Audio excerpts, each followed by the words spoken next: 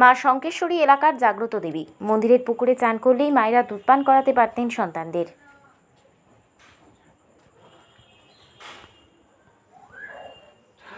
শতাধিক বছরের শঙ্কেশ্বরী মন্দির, মনস্কামনা পূরণের জন্য ভিড় করেন ভক্তরা।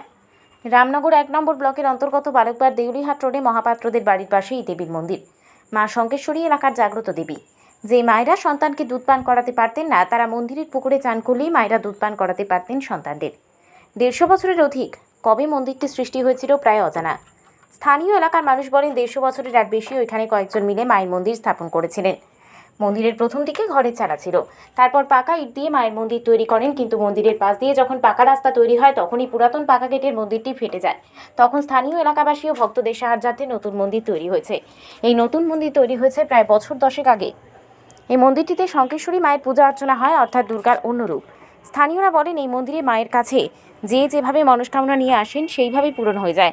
খালি হাতে শঙ্কেশ্বরী মা কাউকে ঘোরায়নি। চন্দ্র মহাপাত্র। এই মন্দিরের নাম কি? কতদিনের এই মন্দির? এই মন্দিরের নাম শঙ্করী মন্দির। আমার ঠাকুরদার আমলে তৈরি হয়েছিল। হ্যাঁ, ঠাকুরদার সাথে গোবিন্দ প্রসাদ মহাপাত্র মহাশয়, তাঁর আমল, তাঁর প্রচেষ্টায় এই মন্দির প্রতিষ্ঠিত হয়েছিল। প্রথমে খড়ের চালা ছিল, তারপরে ইটের গাঁথনি হয়েছিল।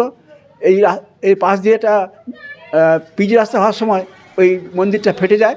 আবার আমরা বছর 10 আগে এটাকে সুন্দরভাবে মন্দির করেছি, পাথর টাথর বসিয়ে। এখন এই মন্দিরে ভালো সব দর্শকরা আসেন, ভক্তরা আসেন, পুজো নিয়ে আসে, প্রত্যেক দিন পুজো হয়।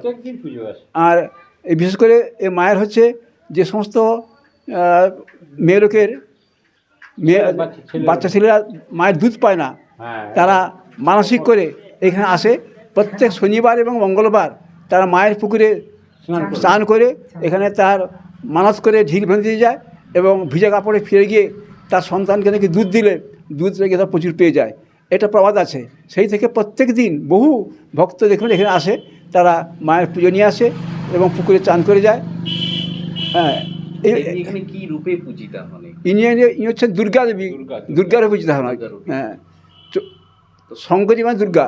এমনও ঘটনা হয়েছে যে কতদিন ধরে পূজিতা হন এখানে? পরিসংখ্যান প্রায় কত বছর? প্রায় 150 বছর। হ্যাঁ। আরও জানা যায়, এই মন্দিরে প্রত্যেক সপ্তাহে শনিবার প্রচুর ভক্তের ভিড় হয়। সপ্তাহে এই মন্দিরটি ভক্তের ঢল নামে এবং মায়ের পূজা অর্চনা ভক্তের ভিড়ে হয়ে থাকে।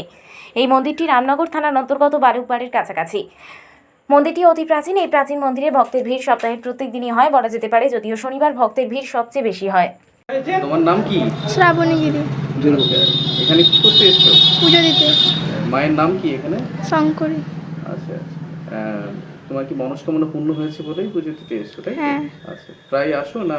প্রায় আসি। আচ্ছা আচ্ছা, তোমার নাম কি? শ্রাবণীগিরি। আচ্ছা, বাড়ি? খোলাবেড়া।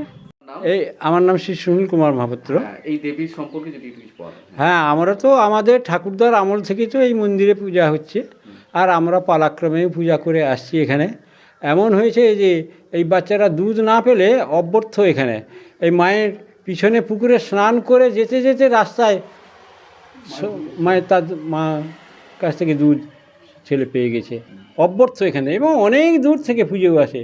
কেউ কোনোদিন বিফল হয়নি। মাকে যেভাবে ডেকেছে সবাই সুফল হয়েছে। গ্রামীণ আমাদের মা দুর্গা মন্দির, শঙ্করী মন্দির আমরা বলি, আমরা পূজা করে থাকি পালাক্রমে।